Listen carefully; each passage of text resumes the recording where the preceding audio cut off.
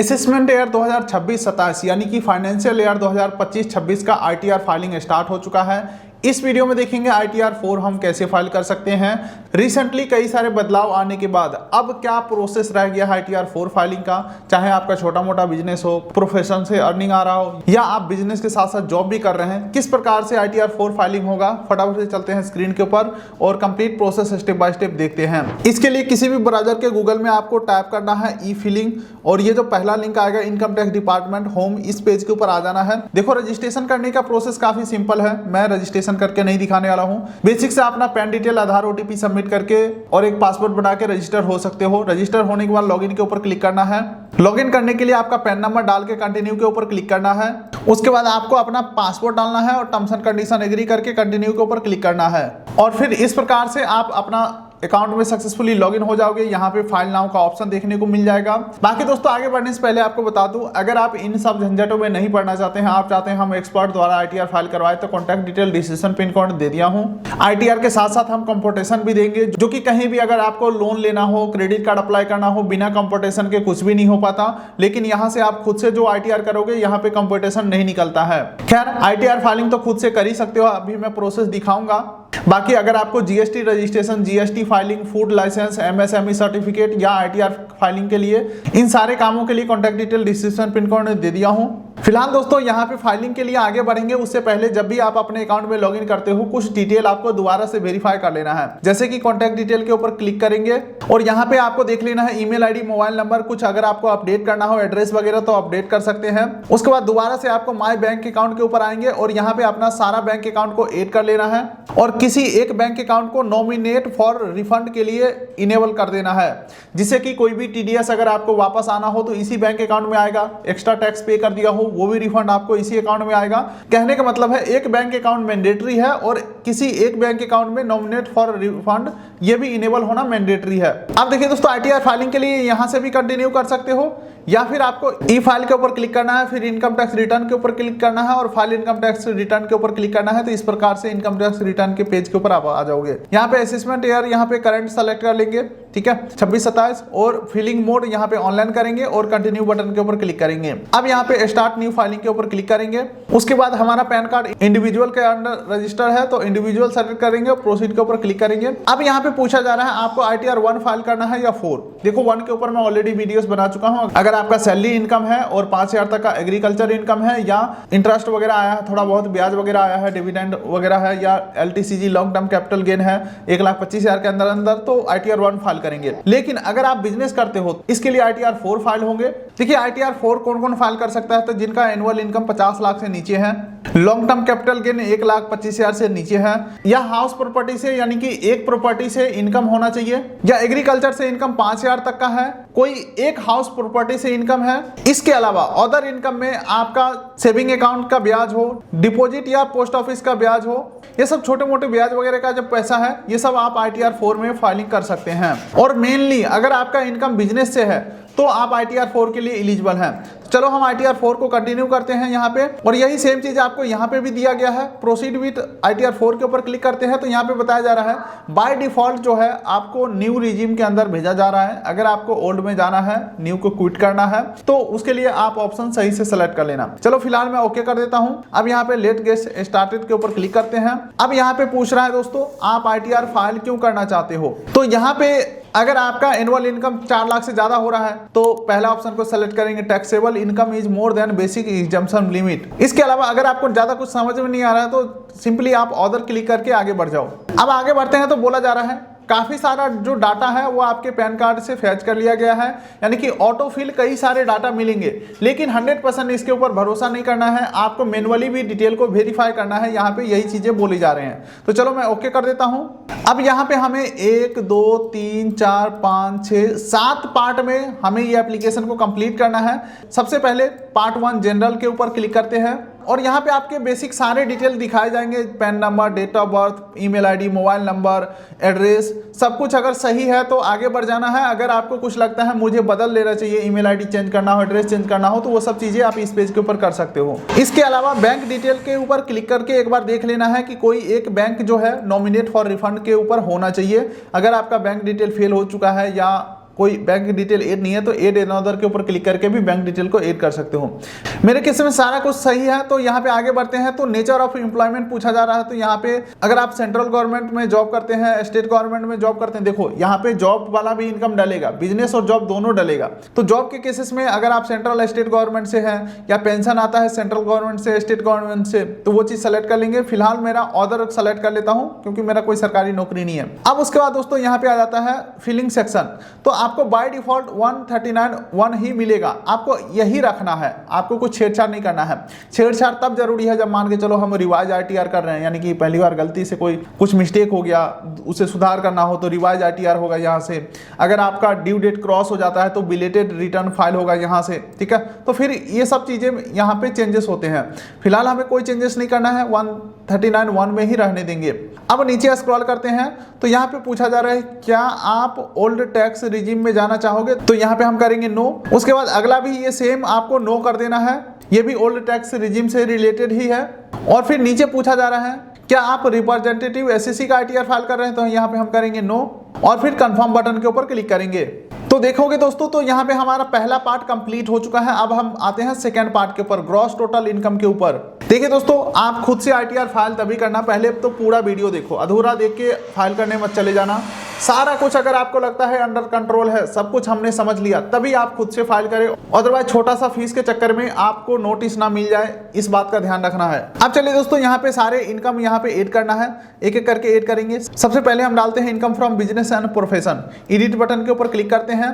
अब यहाँ पे मान के चलो आपके पास GST नहीं है, छोटा मोटा कोई बिजनेस है या कोई बड़ा ही बिजनेस है जिसका जो एनुअल इनकम जो है आपका 50 लाख से कम है। देखो 50 लाख से ऊपर अगर आपका इनकम है तो आपका ITR 3 फाइल होगा। फिर वहां पे बात ये भी आ जाता है कि अगर आपका टर्नओवर करोड़ों में जा रहा है तो वहां पे टैक्स ऑडिट रिक्वायर्ड होता है। फिलहाल आप ये मान के चलो बेसिक सा, जो अगर चाय समोसे का दुकान है, किराना स्टोर है, साइबर कैफे है, अगर आप यूट्यूबर हो, कहीं कमीशन से इनकम आ रहा है, रिटेल हो, मैन्युफैक्चर हो, तो ये सब छोटा मोटा ITR कर सकते हो 50 लाख से कम का अगर आपका प्रॉफिट है। चलिए यहाँ पे हम बिजनेस ऐड करते हैं 44 AD। 44 AD के अंदर बिजनेस इनकम डालेगा, ठीक है। इसके अलावा अगर आपका प्रोफेशन है, जैसे कि प्रोफेशन के अंदर आ गया डॉक्टर हो गया, सॉफ्टवेयर डेवलपमेंट हो गया, डाटा प्रोसेसिंग हो गया, ऑफिस मेंटेनेंस एंड रिपेयर हो गया, अकाउंटिंग हो गया, CA हो गया, ये सब आ जाते हैं प्रोफेशन के अंदर। तो प्रोफेशन के लिए 44 ADA आ जाता है। इसके अलावा अगर आपका कोई गाड़ी वगैरह जो है वो भाड़ा पे लगाते हो, यानी कि गुड्स कैरियर में अगर आपका है, तो वो आ जाएगा 44 AE के अंदर। तो चलिए एक एक करके सभी को हम देखते हैं। सबसे पहले हम प्रिजम्पटिव इनकम को ऐड करते हैं। इसी के अंदर लगभग 90% बिजनेस आ जाते हैं। ऐड अनदर के ऊपर क्लिक करना है। नेम ऑफ बिजनेस में मान के चलो हमारा साइबर कैफे का दुकान है, तो यहाँ पे हम विकास साइबर कैफे या जो भी आपका दुकान का नेम होगा, बिजनेस का नेम होगा, जो भी बोर्ड बैनर लगा होगा या आपके हिसाब से जो भी बिजनेस नेम होगा वो यहाँ पे डाल देंगे, ठीक है। विकास साइबर कैफे हमने दुकान का नाम डाल दिया। अब बिजनेस कोड पूछा जा रहा है, तो यहाँ पे आपको सारे कोड देखने को मिल जाएंगे, जैसे मैन्युफैक्चरिंग ऑफ टी हो गया, मैन्युफैक्चरिंग कॉफी हो गया, नीचे स्क्रॉल करोगे तो फिश फार्मिंग हो गया, फ्लोर माइनिंग हो गया, manufacturing of textile using handloom, khadi, यहाँ पे बहुत सारे आपको कैटेगरी देखने को मिल जाएंगे। बाकी दोस्तों पिछली बार से जो यूट्यूबर है उनके लिए अलग से कैटेगरी दिया गया, जैसे कि वीडियो प्रोडक्शन एंड डिस्ट्रीब्यूशन। अगर आपको इस लिस्ट में खोजने में दिक्कत आ रहा है, आप विंडो F सर्च करिए, आपको यहाँ पे सर्च बटन मिल जाएगा। अब जैसे मुझे साइबर कैफे का कोड सर्च करना है CYB, तो ये देख सकते हैं साइबर कैफे 14007 यहाँ पे ऑप्शन आ चुका है, तो यही कोड हमें सेलेक्ट करना है। तो ये मैं एक एग्जाम्पल दिखा रहा हूँ, आप अपने हिसाब से कैटेगरी को सेलेक्ट करेंगे और सेव बटन के ऊपर क्लिक करेंगे। अब बात खत्म नहीं हुआ है, दोबारा से आपको शो डिटेल के ऊपर क्लिक करना है। अब यहाँ पे आ जाते हैं, अब होता है मेन खेला वेला। आपको अपने बिजनेस का पूरा जो लेखा जोखा है वो सामने आपके रखने हैं, जो डिटेल ऑफलाइन है वही आपको ऑनलाइन यहाँ पे अपलोड करना है। सबसे पहला पूछा जा रहा है थॉट अकाउंट के माध्यम से, डिजिटल पेमेंट मोड के माध्यम से कितना आपका टर्नओवर हुआ है। टर्नओवर का मतलब होता है आपके पूरे साल का सेल। 1 अप्रैल 2025 से लेकर के 31 मार्च 2026 तक का जो भी आपका सेल हुआ है वो अमाउंट यहाँ पे डाल देंगे। फॉर एग्जांपल मेरा सेल हुआ 25 लाख का, ठीक है। ऑनलाइन में थॉट अकाउंट पे, चेक, पेई, bank draft, bank electronic clearance, इसी में UPI पेमेंट भी आ जाता है, ठीक है। तो 25 लाख का हमारा ऑनलाइन से टर्नओवर हुआ। इसके अलावा मान के चलो हमने कुछ कैश में भी धंधा किया, ऐसा तो नहीं है कि सिर्फ ऑनलाइन ही होता है। मान के चलो हमने पूरे साल में पिछले पूरे फाइनेंशियल ईयर में 6 लाख का हमने कैश में टर्नओवर किया, कैश में बिक्री किया। तो यहाँ पे हमने डाल दिया 6 लाख। तो टोटल अभी तक हमारा टर्नओवर 31 लाख हो गया।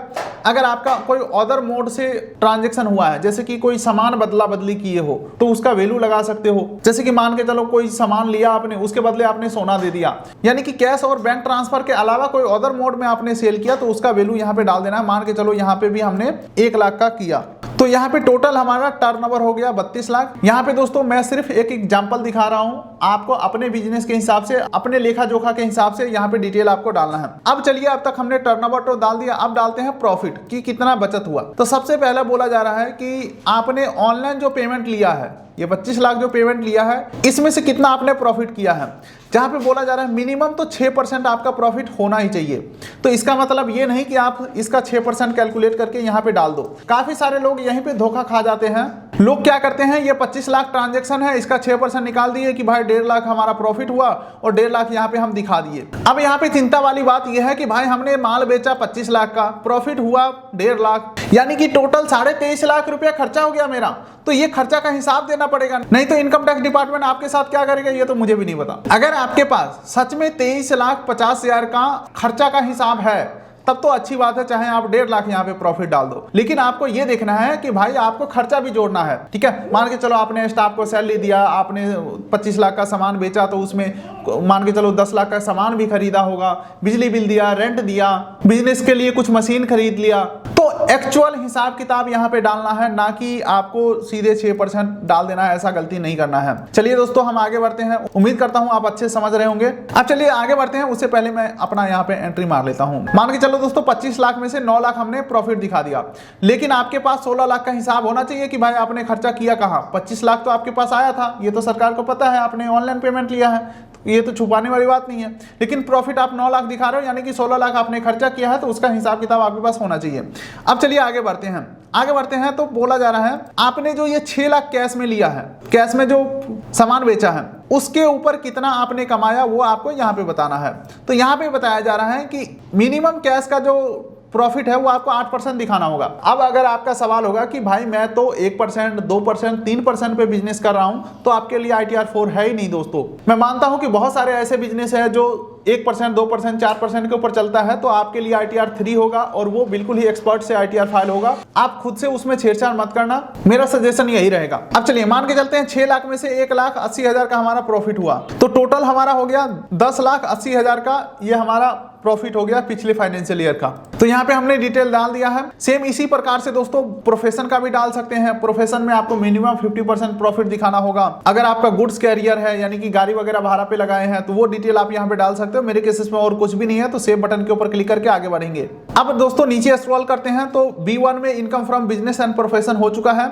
अब इनकम फ्रॉम सैलरी अगर आपको ऐड करना है, तो अपना फॉर्म 16 अपने पास रख लेना है, और जो भी कंपनी द्वारा आपको फॉर्म 16 में दिखाए गए हैं कि 17(1) के माध्यम से कितना सैलरी मिला है, 17(2) के माध्यम से कितना प्रॉफिट हुआ है, यानी कि कितना सैलरी मिला है, 17(3), अपना फॉर्म 16 के हिसाब से अपना सैलरी यहाँ पे ऐड कर लेना है। अगर कोई एग्जाम्पशन वगैरह है तो वो यहाँ से ऐड कर सकते हो।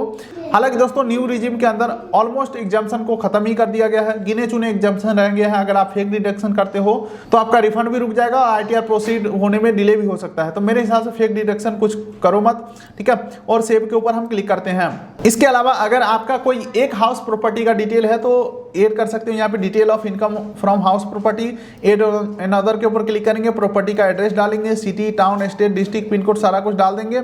उसके बाद ऑनर ऑफ द प्रॉपर्टी यहाँ पे सेलेक्ट कर लेना है, सेल्फ। उसके बाद यहाँ पे इसके कोई और ऑनर भी है, को ऑनर है, तो यस नो में जवाब दे सकते हैं। उसके बाद टाइप ऑफ हाउस प्रॉपर्टी किस टाइप का है अपने हिसाब से सेलेक्ट कर लेंगे। इसके अलावा कितना आपने रेंट रिसीव किया वो आपको यहाँ पे अमाउंट डाल देना है। मान के चलो हमने 1.5 लाख रेंट रिसीव किया, तो अगर मान के चलो कोई लोकल अथॉरिटी को अगर आपने कोई फीस वगैरह पे किया हो, मान के चलो हमने 5,000 रुपये कोई लोकल अथॉरिटी को दे दिया, तो ये आपको यहाँ पे एडजस्ट हो जाएंगे। इसके अलावा अगर आपके हाउस प्रॉपर्टी के ऊपर कुछ लोन वगैरह चल रहे हैं तो उसका ब्याज का जो एग्जम्पशन है वो आप यहाँ पे ले सकते हो। और फिर नीचे आपको फाइनल कैलकुलेशन देखने को मिल जाएगा, और सेव के ऊपर क्लिक करके हम आगे बढ़ेंगे। फिलहाल मेरे केसेस में ऐसा कोई भी हाउस प्रॉपर्टी से इनकम नहीं है, तो आगे बढ़ते हैं।